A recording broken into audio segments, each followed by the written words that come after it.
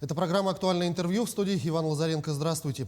К сожалению, в нашей республике продолжают гореть дома, и что самое страшное, в этих пожарах гибнут люди. Сегодня мы поговорим об этом с нашим гостем. Это временно исполняющий обязанности начальника Главного управления МЧС России по Якутии Виталий Немцов. Виталий Михайлович, я вас приветствую. Здравствуйте. Здравствуйте вам. Ну, для начала давайте немножечко по цифрам пробежимся. Расскажите о статистике пожаров на территории республики. Ну, вы знаете, как вы уже сказали, похвалиться на сегодняшний день, объективно говоря, практически нечем, потому что у нас превышение основных показателей по обстановке с пожарами. У нас и рост на 13% по общему количеству пожаров. В этом году у нас их на сегодняшний день уже 306. К сожалению, погибло 12 человек, к еще большему сожалению, среди них 4 ребеночка. И получили травмы различной степени тяжести 13 человек. Все показатели превышают аналогичный период прошлого года. Это нас, безусловно, ставит в определенную ситуацию. Мы провели уже несколько заседаний комиссии по предупреждению чрезвычайных ситуаций, обеспечению пожарной безопасности республиканского уровня, муниципального уровня. Приняты решения, разработаны планы. Но вы понимаете, жизнь трактует свою сегодняшнего дня постановку вопроса. Причины пожаров нами тоже проанализированы. Основные из них мы считаем и, как видим из практики, на сегодняшний день это повторяется. Конечно, это пожары в жилье, но по причинам это по нарушению требований пожарной безопасности при эксплуатации печного оборудования, электрооборудования, ну и, конечно же, неосторожность при обращении с огнем. Вот что касается электрооборудования, действительно, не первый раз мы уже о пожарах разговариваем, и с вами в том числе. Давайте еще раз напомним нашим телезрителям основные меры пожарной безопасности при эксплуатации электрооборудования. Если говорить об этой составляющей, то, конечно, бы я хотел напомнить самое главное. Мы с вами в своем быту должны использовать сертифицированные заводского изготовления электроприборы. Это однозначно. Что хорошо, потому что эти приборы у нас имеют свои автоматические отключатели при достижении соответствующей температуры, регуляторы. И в этом у нас тоже есть защита. Простейшие правила, наверное, тоже следующие. Не следует эксплуатировать электропроводку, да и электроприборы, имеющие повреждения защитного оболочек, своего покрытия. Стоит, конечно, ограничивать, минимизировать по возможности количество электропотребителей, подключаемых в одну розетку в целях избежания перегрузок и коротких замыканий вследствие перегрева. Это одна из основных причин пожаров, конечно же, в быту. Мы должны понимать с вами, что недопустимо оставление детей в помещениях одних, особенно при включенных электроприборах, оставление самих приборов включенными без наблюдения. Ну, наверное, вот это вот основные те темы, которые вы должны запоминать. При эксплуатации электронагревательных приборов строго необходимо пользоваться требованиями заводов изготовителей. Вот еще одна из причин пожаров, которую вы назвали, это неправильная эксплуатация печного оборудования. Какие наиболее часто допускаются ошибки в эксплуатации, как правильно эксплуатировать печи? Здесь тоже, наверное, не буду оригинален. Хочу напомнить и посоветовать своевременно производить очистку трубопроводов, вентиляцию соответствующую обеспечивать, чтобы был приток свежего воздуха и отток, соответственно, продуктов сгорания. Необходимо своевременно и регулярно производить очистку от золы, сажи. Безусловно, когда мы уже удаляем зольные продукты, проливать их перед удалением в безопасное место водой в избежание того, что мы выбросим, и там зайдет воспламенение каких-то сгораемых материалов. Растопку печей в обязательном порядке мы должны производить без использования бензина или воспламеняющихся жидкостей. Притопочное пространство тоже следует использовать строго с запретом размещения на нем ЛВЖ, сырых дров и дров на нем размещать, потому что тоже забывают частники и, к сожалению, тоже от прогрева температурного начинается воспламенение и соответствующий пожар. Также мы не забываем, что хочу напомнить, у нас, к сожалению, как я уже сказал, 4 ребеночка в огне погибло в этом году. Здесь никого не обижаю, хочу напомнить, что детей нельзя оставлять одних. Безусловно, одна из причин – это детская шалость с огнем, поэтому, пожалуйста, спички, детям не игрушка, конечно, высказывание давно известное. Необходимо лучше, когда если вы уходите из дома, ну есть объективная необходимость, но постарайтесь или с собой взять на прогулку, или хотя бы займите чем-то ребенка, дайте какое-то поручение, какую-то игрушку, чтобы у него был интерес, проявлялся в этом отношении. Ну и, конечно же, повышайте уровень знаний и культуру и сами свою, и, конечно, ваших детей. Стоит напомнить здесь также, что детям необходимо рассказывать о действиях при пожаре. В этой ситуации в обязательном порядке напомните и проверьте, постарайтесь выучить с детьми, где они проживают, чтобы даже при возникновении пожара они могли позвонить, а для этого у нас существует номер телефона 101-112, могли сообщить, где они проживают, адрес своего местонахождения, чтобы пожарные, спасатели могли прибыть по нужному адресу. Поэтому вот эти, наверное, самые простейшие действия должны осуществляться каждым из нас с вами. Пожары, которые происходят не так часто, но зато сопровождаются очень большими и серьезными разрушениями и последствиями, это пожары при утечке газа.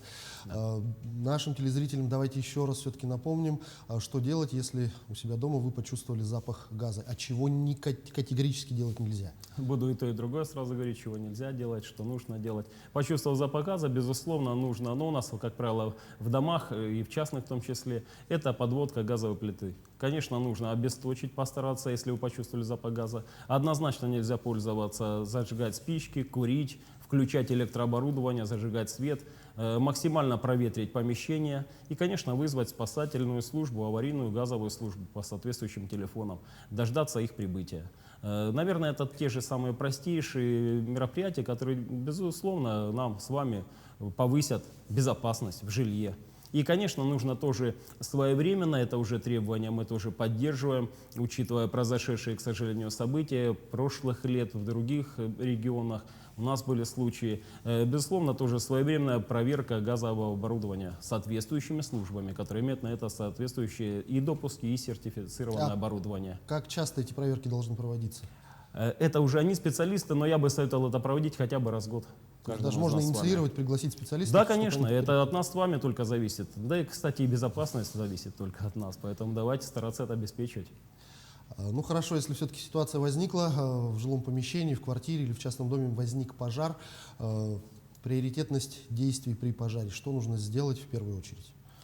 В первую очередь я бы всегда советовал принимать меры к эвакуации людей, и маломобильных, и детей, и взрослых. Это, наверное, самое первое. Безусловно, также о пожаре вы должны сообщить, чтобы мы своевременно, оперативно, уже как спасательная аварийная служба, могли прибыть. Телефон, напоминаю, 101-112. При этом, по возможности, принимаются меры к тушению пожара либо подручными материалами. У многих, я знаю, сейчас в домах есть огнетушители. Можно ветошью накинуть на очаг пожара. Не забывайте, конечно, что может находиться под напряжением электропроводка, нужно принять меры по ее обесточиванию. Тушить водой электропроводку ни в коем случае нельзя. Некоторыми видами огнетушителей, порошковыми, углекислотами это разрешается с расстояния 1,5-2 метров, которое считается безопасным. Наверное, это вот тоже простейшие, но повторюсь еще раз, самое главное это постараться покинуть помещение хотя бы и своевременно сообщить о пожаре. А, кстати, это миссия каждого из граждан, обнаружившего пожар, мы должны сообщить о нем в пожарную охрану. Ну, это вы рассказали о том, что нужно делать, чего нельзя делать ни в коем случае, если вдруг пожар. При пожаре.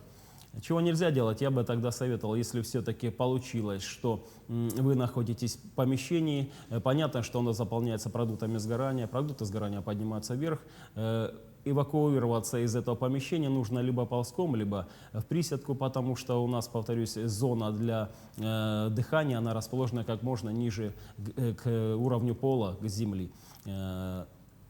Для этого тоже советовал бы, как знаете, еще раньше, когда не было средств индивидуальной защиты органов дыхания, их, конечно, у граждан их нету, у нас у спасателей они имеются. Кстати, спасательное тоже устройство для тех, кого мы эвакуируем из очагов пожара. Хотя бы полотенце, платок носовой смочить водой, приложить к носу, тоже будет помогать хотя бы осаждать продукты сгорания. Если же видите, что вас отрезало огнем либо дымом, то лучше через эту задымленную зону не проходить, потому что мы с вами теряем и видимость, и не имеем представления, насколько по своей длине она распространена. Если есть балкон, постараться выйти на балкон, обеспечить его закрытие. Возможность привлечения есть в этой ситуации у вас с балкона прохожих, пожарных. Внимание к вам, мы увидим ваше местонахождение. Ни в коем случае не спускаться, не принимать попыток спуска по водосточным трубам, к сожалению. Возникают трагические случаи в этой ситуации. Дождаться приезда спасателей. У нас есть соответствующие средства, автолестница, автоколенчатые подъемники, в конце концов, соответствующие пожарные лестницы выдвижные. Мы это тоже постараемся максимально принять все меры к вашей эвакуации. Вот, наверное, тоже в этом отношении, безусловно, постараться, как минимум, постараться избежать панических настроений, потому что большинство нехороших трагических резонансных событий происходит по этой причине. В том числе запаниковали, побежали, споткнулись и, к сожалению... Расскажите немного о профилактике, какую разъяснительную, может быть, работу проводит министерство, чтобы предотвратить все-таки вот такие трагедии. Ну и наша с вами встреча сегодняшняя, в которая, числе, правильно да. вы сказали, Иван, не первый раз уже этому способствует, и только с этой целью мы в том числе занимаемся профилактической работой. Профилактические рейды совместно с органами внутренних дел, с муниципалитетами, со старостами населенных пунктов приходим в семьи, и не только, но в основном в неблагополучные семьи. Проводим разъяснительную работу, как я вот сейчас тоже с вами разговариваю, довожу до гостей и жителей республики. Вручаем соответствующие листовки, памятки, помогаем, проверяем состояние безопасности, консультации проводим.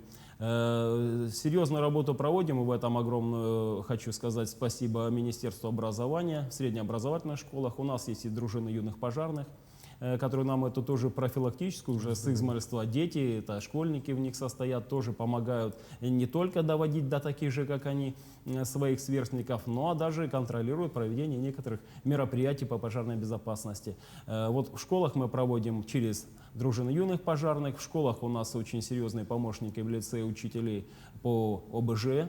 Предстоящую, кстати, ближайшую встречу с ними в рамках Всемирного дня гражданской обороны 1 марта мы планируем тоже в среднеобразовательных школах с привлечением всего личного состава нашего главного управления, оперативно подчиненных главному управлению подразделений и с участием учителей, преподавателей ОБЖ. Ну и буквально пару слов. Есть еще такие приборы, как автономные пожарные извещатели. Ну, что касается, например, Якутска, насколько деревянный жилой фонд ими охвачен? У нас есть соответствующее поручение в рамках решения комиссии по предупреждению чрезвычайных ситуаций и обеспечению пожарной безопасности малоимущим семьям, проживающих в указанном жилье, автономные датчики ставятся в приоритетном порядке. Этим работами занимается спасательная служба ГБУ, спасательная служба республики. На сегодняшний день, я бы, наверное, сказал, не ошибусь, что около 70% жилья ими обеспечено. Безусловно, есть другая проблема, что они имеют свойство своего гарантийного срока службы, выхода из строя, требуют замены источников питания батареи, которые в них стоят. Но это как бы сопутствующие моменты, которые, безусловно, технически решаемые, но повышают все-таки при наличии этих автономных датчиков безопасность проживающего в этих помещениях и в жилых домах населения. Виталий Михайлович, я благодарю вас за эту беседу. Надеюсь, что ваши слова были услышаны, будут услышаны нашими телезрителями, и поводов для беспокойства будет меньше. Спасибо. Спасибо большое. Будем, конечно, на это надеяться. Спасибо. Это была программа «Актуальное интервью». Сегодня у нас в гостях был временно исполняющий обязанности начальника Главного управления МЧС России по Якутии Виталий Немцов. Берегите себя, носите маски, соблюдайте дистанцию в общественных местах и дезинфицируйте руки. До встречи в эфире.